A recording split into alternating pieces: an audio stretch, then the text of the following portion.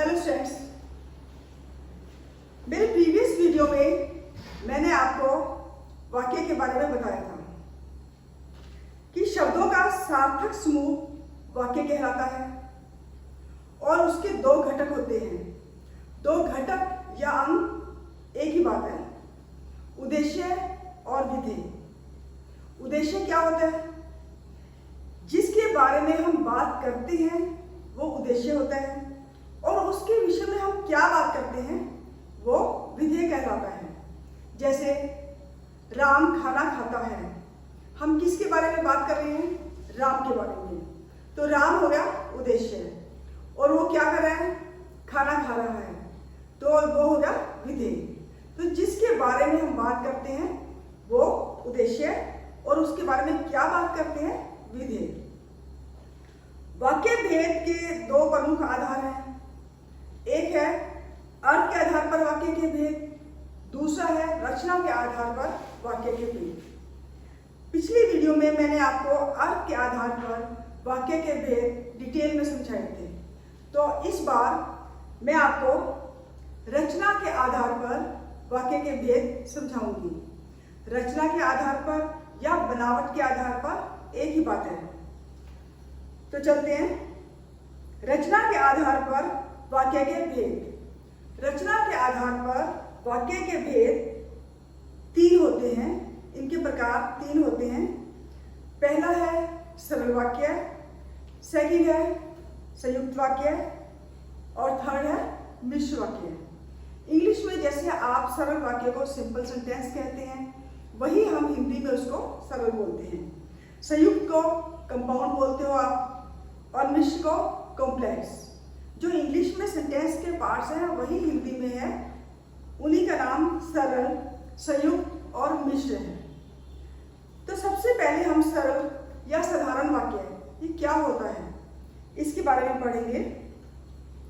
जिस वाक्य में एक विधेय, एक उद्देश्य और एक ही क्रिया हो उसे हम सरल वाक्य कहते हैं। लेकिन क्रिया जो है वो मेन होनी चाहिए, मुख्य क्रिया। तो एक उद्देश्य, एक विधेय और एक मुख्य क्रिया, जिसमें ये तीनों होंगे उसे हम सरल सेंटेंस कहते हैं या सरल वाक्य कहलाते हैं। तो अब सेंटेंस का अगर सिंपल ढंग से आपने समझना है कि सरल वाक्य क्या होता है, तो आप ये देखो कि कोई भी सेंटेंस चाहे वो कितना ही बड़ा हो लेकिन वो सिंगल होना चाहिए, वो एक होना चाहिए। उसमें दो टुकड़े ना हो, दो टुकड़े या तीन टुकड़े नहीं होने चाहिए। जो एक सेंटेंस बनेगा वो सरल वाक्य कहलाएगा। जैसे कल विद्यालय बंद रहेगा, बाजार खूब सजा है, किसान खेत जोत रहा है, बापू हमारे राष्ट्रपिता हैं, मेरे पिताजी मुंबई गए, लॉकडाउन के कारण स्कूल बंद हैं। ये सेंटेंस एक ही चल रहा है। तो जब एक ही सेंटेंस हो तो उसे हम कहते हैं सरल वाक्य। सेकंड संयुक्त वाक्य है। जिस वाक्य में दो या दो से अधिक समान स्तर के उपवाक्य योजक से जुड़े हों, जो योजक शब्द है तथा, इसलिए और इनसे जुड़े होते हैं, उसे हम संयुक्त वाक्य कहते हैं। साधारण भाषा में दो सेंटेंस हो, उन दोनों सेंटेंस को जोड़ने के लिए हम कोई कनेक्टर का यूज करते हैं, योजक का यूज करते हैं, उसे हम संयुक्त वाक्य कहते हैं। जैसे नेताजी सभा में आए और सभा शुरू हो गई। अब नेताजी सभा में आए ये अपने आप में स्वतंत्र है वाक्य, तो सभा शुरू हो गई ये भी अपने आप में कंप्लीट सेंटेंस है, स्वतंत्र है। दोनों सेंटेंस को अगर हम अलग अलग बोलें तो दोनों समझ आ जाते हैं, लेकिन इन दोनों के बीच में हमने और लगा दिया तो ये सेंटेंस जो हो गया संयुक्त सेंटेंस। तो स्टूडेंट्स एक ध्यान रखना आप कि कई स्टूडेंट जो है और का यूज ऐसे भी कर लेते हैं, राम और श्याम खेलने गए, वो कह देते हैं कि मैडम और लग गया इसमें।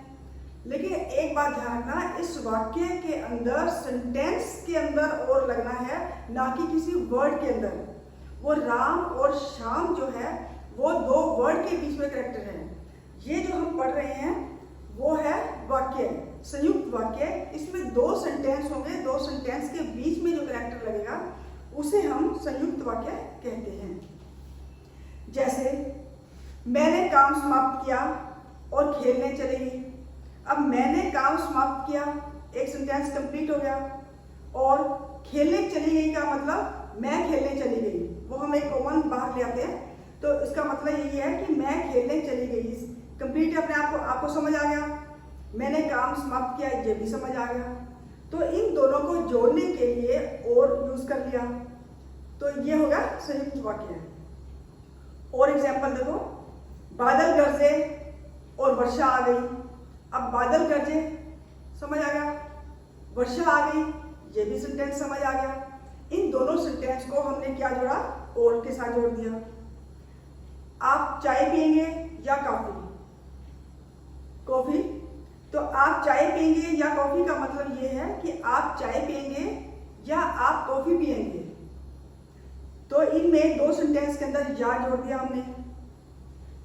अगला सेंटेंस, जल्दी करो नहीं तो देर हो जाएगी, या जल्दी करो अन्यथा देर हो जाएगी। तो देर हो जाएगी सेंटेंस कंप्लीट है, जल्दी करो सेंटेंस कंप्लीट है।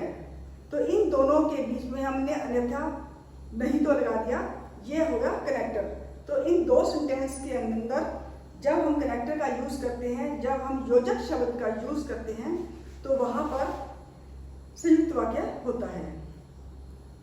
थर्ड हमारा इसका पार्ट है मिश्र वाक्य। मिश्र वाक्य में भी दो सेंटेंस होते हैं, संयुक्त वाक्य में भी दो सेंटेंस है, लेकिन मिश्र वाक्य के अंदर एक सेंटेंस दूसरे सेंटेंस पर आधारित होता है। तो जिस वाक्य में एक उपवाक्य प्रधान होता है और अन्य उपवाक्य उस पर आश्रित होता है। अब ये उपवाक्य क्या है? उपवाक्य का मतलब दो सेंटेंस है, दो जब सेंटेंस हो तो उनको उपवाक्य बोलते हैं। तो उनमें जो संयुक्त वाक्य में जो उपवाक्य है दोनों स्वतंत्र होते हैं, लेकिन इसके अंदर एक जो सेंटेंस है वो दूसरे पर आधारित होता है, आश्रित होता है। तो ऐसे सेंटेंस जो है मिश्र वाक्य कहलाते हैं। जैसे जो मेहनती बालक है वह सफल है। अब जो मेहनती बालक है ये बोलकर मैं चुप हो जाऊं तो आपको ये सेंटेंस इनकम्प्लीट लगेगा। जब मैं दूसरा सेंटेंस बोलूंगी कि वह सफल है, तब आपको वो सेंटेंस समझ में आएगा। तो इसका मतलब एक सेंटेंस जब तक ये इनकम्प्लीट है, जब तक दूसरा सेंटेंस हम ना बोल लें, तभी हमें वाक्य समझ आता है। जैसे और एग्जाम्पल देखो, माँ ने कहा था कि, वही बात है, मैं चुप हो जाऊं कि उन्हें बाजार जाना है। तब अब उन्हें बाजार जाना है ये तो कंप्लीट है, लेकिन माँ ने कहा था कि ये इनकम्प्लीट है। तो ऐसे सेंटेंस जो होते हैं मिश्र वाक्य कहलाते हैं। एक दो और एग्जाम्पल बता देती हूँ आपको। जो ही मैं विद्यालय पहुंचा त्यों ही घंटी बज गई। इसमें ज्यादातर ऐसे भी आ सकते हैं जिन्होंने इस टाइप के जहां जहां ये सेंटेंस के शुरू वाले सेंटेंस उपवाक्य में या बीच वाले उपवाक्य में आप जोड़कर लिख सकते हो।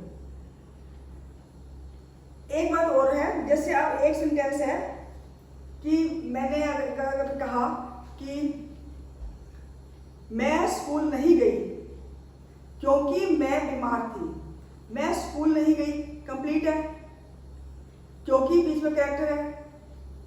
मैं बीमार थी ये भी अपने आप में कंप्लीट है।